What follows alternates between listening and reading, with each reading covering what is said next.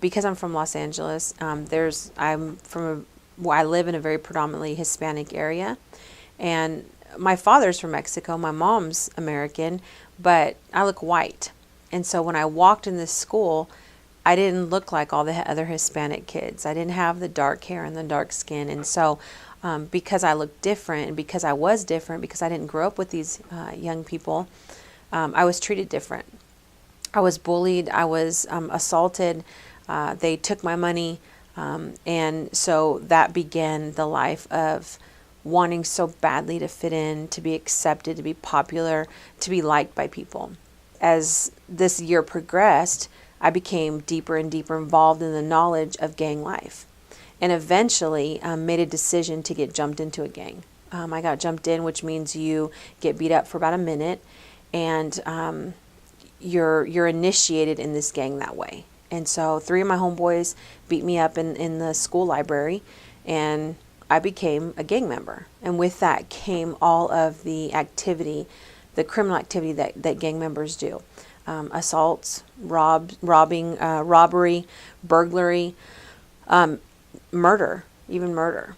There was even an instance where a rival gang came by my house and they shot 6 times. So as they were driving in front of my house, they were just bam, bam, bam, bam, bam, bam.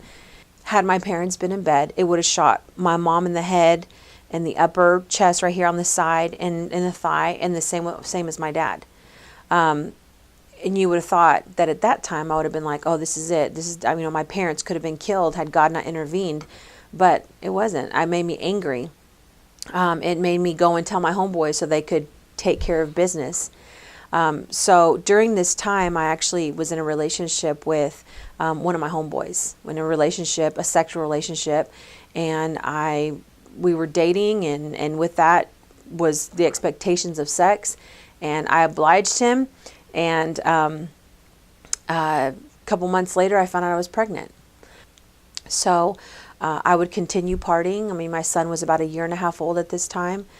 Continued going out, smoking weed and drinking and being in the party scene, until one day my mom, she just said, I can't keep going on like this. I'm going to die. I mean, I'm staying up all hours of the night. I'm watching Joshua, my first son. I am doing all these things, and I'm trying to help you, and I can't do this anymore. I'm tired. And so I said, well, what are you telling me? You want me to get out of the house? Are you kicking me out of the house? I make $9 an hour. I have a kid. There's no way. I mean, but deep down inside, it wasn't that I was afraid that I wasn't going to be able to sustain my life.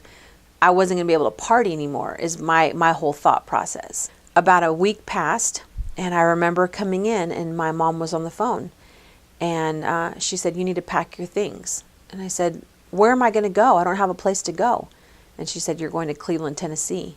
I'm like, what the heck is Cleveland, Tennessee? And she's like, oh, it's on the other side of the country. You're going there. I was like, for what? And she said, because you're going to go to Lee College. I'm like, oh my gosh. So I called my boyfriend at that time, and I said, I need you to come pick me up because my mom is sending me to Tennessee. And he's like, okay, I'll be there in 10 minutes. Well, my bags were already packed. My mom had already packed my bags. So all I had to do was just put them in the car and go. And so I waited and waited and waited. And he never showed up. And so someone had told me about a choir, a black gospel choir that was there at Lee. And I love music. I love singing. And so I thought, well, I'll go try out for the choir. And I made it. And so this choir, these people in this choir became my closest friends. And they were all Christian. And they all loved me. And they didn't want anything from me. And they didn't treat me bad. And it was just completely opposite than what I was used to. It was so real and so relevant and so strong that one night in February of 1996, we had a man come for a revival. And I don't remember what he said, anything that night except one phrase. Aren't you tired? Aren't you tired of running from Christ? And I remember that night I went down the altar and I asked the Lord for forgiveness, and I rededicated my life to be committed to Him. In 2001, I graduated from Lee University with a degree in intercultural studies. Since that time, I've been a police officer at Cleveland Police Department. The Lord has expanded my mission field to share my story with so many people, so that He ultimately can be glorified.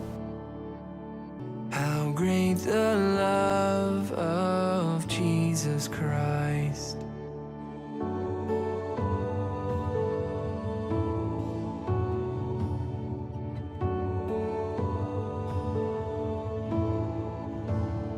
Upon the cross of Calvary, the blood was shed that pardons me.